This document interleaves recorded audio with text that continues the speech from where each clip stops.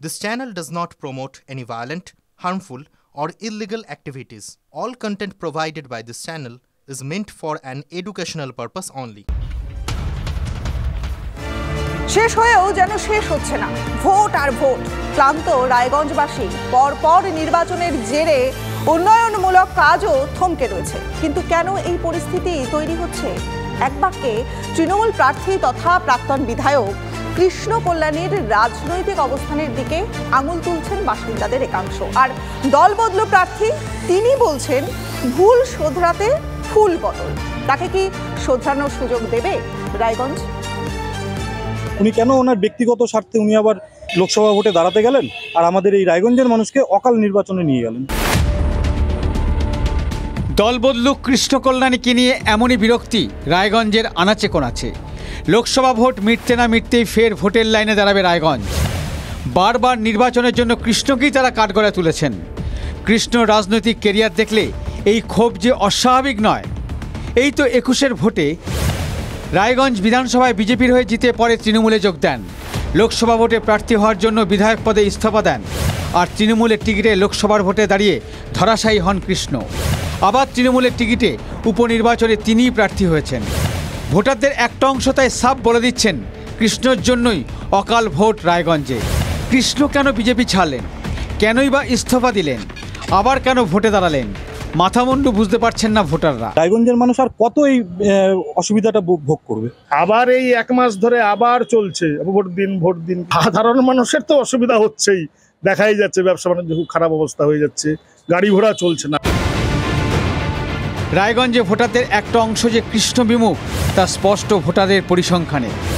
2021-এর ভোটে কৃষ্ণ বিজেপির টিকিটে রায়গঞ্জে 20,748 ভোটে জেতেন।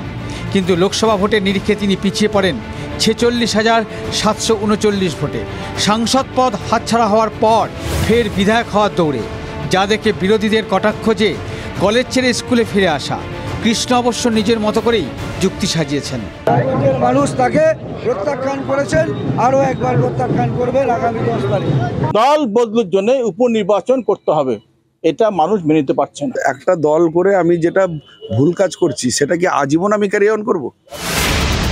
তৃণমূলের জমানায় রায়গঞ্জে কখনো ফোটেনি জোড়া ফুল। বারবার ভোটে তিতিবিরক্ত রায়গঞ্জের বাসিন্দাদের মনোভাবে কি কৃষ্ণের অকল্যাণ? এ নিয়ে নানা অঙ্ক কষা চলছে উত্তর দিনাজপুরের জেলা সদরে। দলবদলের এই ইস্যু নির্বাচনে কতটা প্রভাব ফেলবে বা আদৌ কোনো প্রভাব ফেলবে কিনা তা কিন্তু সময়ই বলবে। উত্তর দিনাজপুর থেকে ক্যামেরায় মৃত্যুঞ্জয় বিশ্বাস সঙ্গে রূপক, TV9 বাংলা। ভারতের প্রতিভার অভাব নেই, শুধু প্রয়োজন সঠিক সুযোগের। আর এবার ভারতে ফুটবল প্রতিভা দেখানোর দায়িত্ব নিয়েছে দেশের বৃহত্তম নিউজ নেটওয়ার্ক TV9। দেখা যাক কিভাবে। প্রত্যেক ফুটবল প্রেমী বাচ্চার স্বপ্ন ইউরোপে গিয়ে ফুটবল খেলা। আর এই বাচ্চারা যদি ইউরোপে গিয়ে ফুটবল খেলার সুযোগ পায় তাহলে আপনি অবাক হবেন, তাই না? হ্যাঁ, বিশ্বের বৃহত্তম football talent hunt Indian tigers and tigresses TV9 network দ্বারা পরিচালিত হচ্ছে। এটি এমন একটি প্ল্যাটফর্ম যেখানে 12 থেকে 14 বছর বয়সী বাচ্চাদের ফুটবল খেলার দক্ষতাকে সম্মানিত করা হবে। এছাড়া 20 জন মেয়ে এবং 20 জন ছেলেকে জার্মানিতে সম্মানিত করা হবে। অতএব তোমার আসন নিশ্চিত করতে যত তাড়াতাড়ি সম্ভব www.indiantigersandtigresses.com এ যাও এবং নিবন্ধন ফর্মটি পূরণ করে নাও।